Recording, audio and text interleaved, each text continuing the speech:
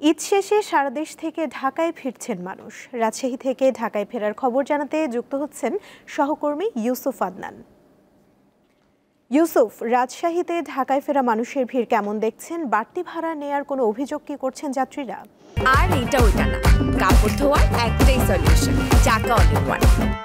হ্যাঁ সুমনা, আমরা দেখেছি যে ঈদের দ্বিতীয় দিন থেকেই আসলে রাজশাহীতে খুব চাপ রয়েছে এবং যারা রাজধানী ঢাকামুখী হচ্ছেন সে সকল যাত্রীরা রাজশাহী ঢাকা বাস টার্মিনালে আসছেন এবং ভিড় করছেন। আমরা প্রতিদিনই দেখছি সকাল থেকে রাত পর্যন্ত রাজশাহী থেকে ঢাকায় যাচ্ছেন আসলে কর্মজীবী যে সকল মানুষ রয়েছে তারা।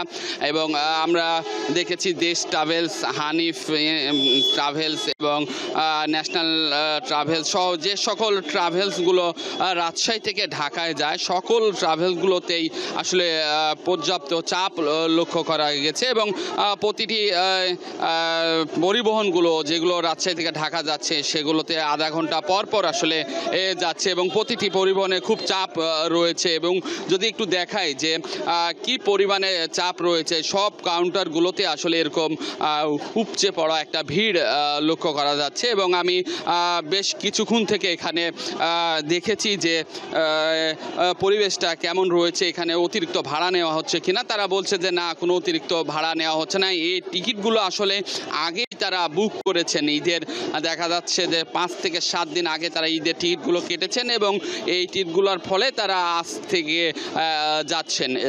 এবং রাজশাহীর যে বাস টার্মিনাল রয়েছে অতিরিক্ত টাকা নেওয়ার যে বিষয়টা কি এখন পর্যন্ত আমার চোখে পড়েনি বা কোনো দুষ্কৃতিকারী বা টিকিট কালোবাজারিকে এখন পর্যন্ত কেউ প্রশাসনের পক্ষ থেকে আটক করা হয়নি। এবং একটি বিষয় জানিয়ে রাখি যে যেহেতু ঈদের ছুটিতে আসলে কর্মজীবী মানুষেরা রাজধানী ঢাকা থেকে বিভিন্ন প্রান্তে যায় এবং রাজশাহীতে যারা বাসী ছিলেন, রাজশাহীবাসী তারা এসেছেন, তারা এখানে আসার ফলে ঈদের ছুটি শেষে ঢাকামুখী হচ্ছেন।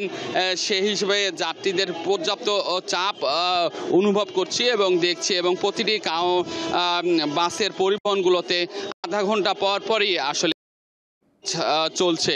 এছাড়াও এর আগের দিনগুলোতে আসলে আমরা দেখেছি যে কাউন্টারগুলোতে এর চেয়ে বেশি ভিড় হচ্ছে। দিন যত গড়াচ্ছে বাড়ছে, আসলে ছুটি যত কমে আসছে তত আসলে ভিড়ও কমছে। আস্তে আস্তে আসলে রাজধানীমুখী হচ্ছেন আসলে কর্মজীবী মানুষেরা। আসলে এই ছিল আমার কাছে রাজশাহী থেকে ঢাকা রাজধানীমুখী কর্মজীবী মানুষের সর্বশেষ খবর। সুমনা। রাজশাহী থেকে যুক্ত ছিলেন সহকর্মী ইউসুফ আদনান।